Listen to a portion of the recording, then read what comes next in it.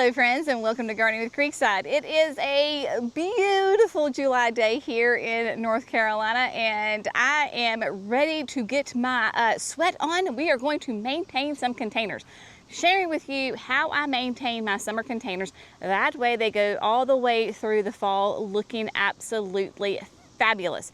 So here we are where the new garden boxes are, and they are looking absolutely phenomenal right now. I have got pollinators galore. I had butterflies here just a second ago, but there is a little bit of maintenance that I need to do on these boxes kind of on a regular basis, whether some of it's going to be more regular than others. We're going to explain all that.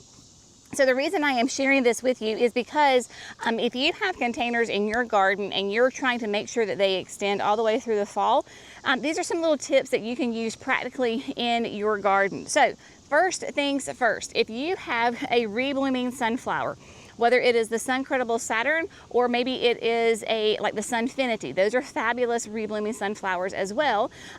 You do want to come in and you want to deadhead. You want to deadhead on a regular basis of your reblooming sunflowers. That way you get gorgeous flowers throughout the entire season. Pruning it, deadheading it encourages new growth, which is what we want because that means flowers. So you will know that you have a beautiful flower, and then you have one that has just a brown face. The brown faced ones mean that those are the old blooms that we want to get rid of. So what you do is you just simply follow the stem of that dead flower all the way back, and you go ahead and you cut it. So therefore you have this, just see if the camera will focus, we have a lovely stick of just an old sunflower. So that's what we're going to do. Obviously we want to leave our beautiful flowers, but we're going to get rid of the ones that are just brown faced. Now if you accidentally cut off a flower, no big deal, just pop it in a bud vase in your house and it will be fantastic. So that's what we're going to do right quick on this sunflower, deadhead these, and then we're going to move on to a couple of other things in here as well.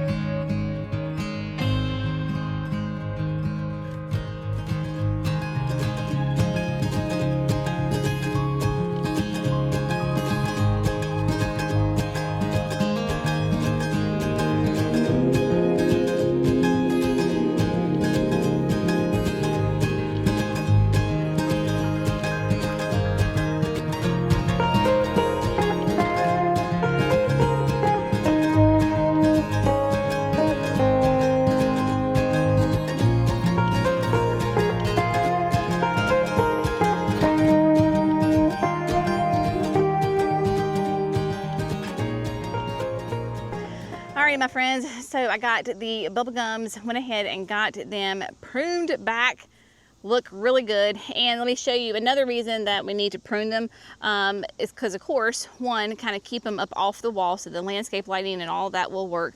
But as we walk through, like this one, I mean, I could have gone ahead and pruned it a little bit more. These were hanging baskets, so there's 3 plants in each section. But you'll notice right here, and I know it looks a little funky, y'all, trust me, nobody sees this. Right here, because I have my Montana moss that is growing, my guar, which is a perennial, and then of course right here is the firelight tidbit. And so no offense to bubblegum, but the Montana moss and the hydrangea and the perennial, they get priority. So I want to make sure that these shrubs get lots of light down in them and that they get nice and full and thick. So that's why I really want to make sure that they kind of stay out of here. Same thing as we move on down the line. You can see just making sure that everybody has plenty of room to breathe here. This one especially as well. So I'll have to kind of keep an eye on that. Now, next year, odds are I am not going to be putting bubble gum right here. If I want to have the petunia that same kind of color, maybe I do Mini Vista Hot Pink, right? So a Mini Vista would work well here, but odds are a Vista, certainly bubble gum, will not go right here because it's just going to be too vigorous. And again, I want my shrubs to get priority. I know that's not a container. We're gonna move to some shade containers. I just wanted to get this done, a little bonus for you. So we're gonna move to some shade containers. It's gonna be a lot easier and a lot cooler to do.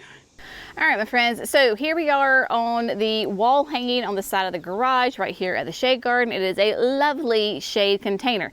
She's big, she's beautiful, but she's starting to get a little bit unruly. So I need to kind of bring her back in a little bit. We have got the new Shadow Storm sweet potato vine. It'll be out next year. If you know sweet potato vine, it is quite vigorous. So what I'm going to do is, y'all, I am not going to be precise at all as far as like where my cuts go.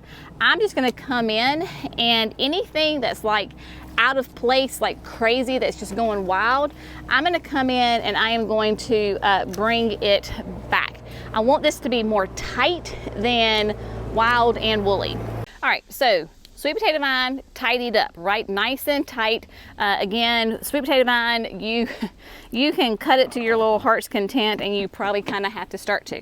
So as I go up on my stool, next we have a dragon wing begonia, an angel wing begonia, whichever one you want to call it. Again, I want to make sure that this stays nice and tight and doesn't get too floppy. So I'm just going to come in and take off some of the top of it, right?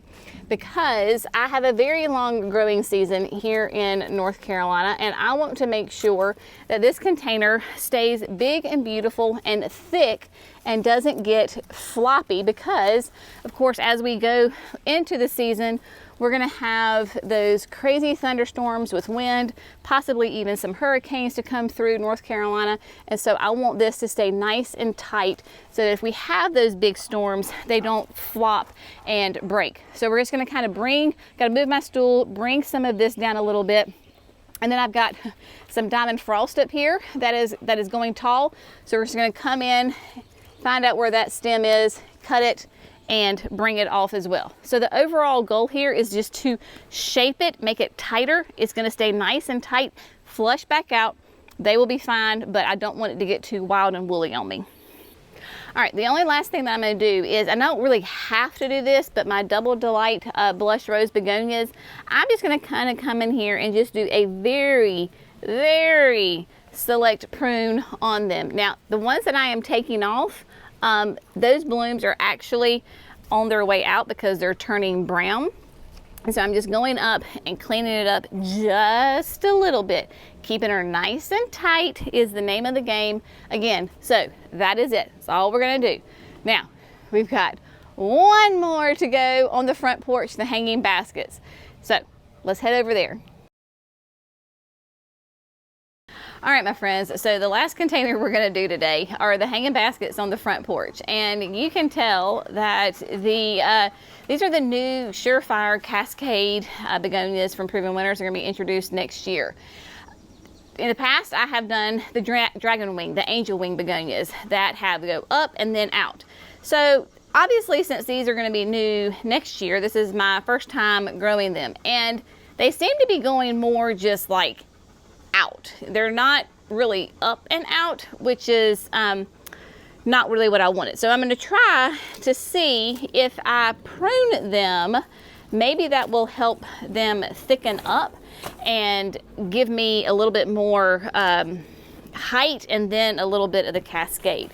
So I don't know, this again, first time ever growing this begonia, so we're just gonna all about experimenting. So if again you want to be precise, you can come right above where a leaf is, and then you can prune it that way. So that way it'll branch out right there at that leaf. But I'm just taking off 10 to 12 inches off of it and trying to get these guys, like I said, to thicken up, give me a little height, and then do their trailing over. So that's what I'm gonna do, get these done, and then I'll meet you back here. All right, my friends, so all of the containers have been trimmed and taken care of that I want to do today. So kind of give you an idea from the front of the porch what they look like. So there you go. The Surefire Cascades are rated to do sun or shade, and so we shall see how they fill out. But yes, so that kind of gives you an idea of how they look. Now, of course, if you are pruning, that is typically a very good time to go ahead and fertilize. So you can use like a slow release fertilizer, like a continuous release fertilizer. You can do a water-soluble fertilizer. It would be optimal for me to do that now because I'm right here. I'm just gonna be honest, it's hot. I am sweating. I'm not even glistening, I am sweating. And so I'm gonna do that on another day. So don't be afraid to break up a project, y'all. You don't have to do it all at one time. Do what you can when you can, especially if you are battling the weather, if you know, your timeline, whatever your energy level, whatever the case may be, just do what you can when you can. They are plants. There is grace in gardening, my friends. But of course, when you do prune, it is a great time to go ahead and give them a nice shot of fertilizer to mount your annuals, so that way they can start putting on some good, nice, tight growth for you and some gorgeous new blooms. So, you know, if you have a long growing season like I do, then this is a great time. Really about like that somewhere in July is a really good time to go ahead and do some pruning, some maintenance on those annuals. That way they stay nice and tight and pretty throughout the entire growing season, especially if they are flowering kind, like your super petunias, your super bells, because that way they don't get so leggy and we have lots of beautiful blooms on them. So if you have found this fun, informative, inspirational, we would love it if you would like and subscribe to Growing Creekside. That way you don't miss those 5 videos that we do each and every week for you. Y'all have an amazing day. We're gonna go get cooled off. We'll see you in the next video. Bye, friends.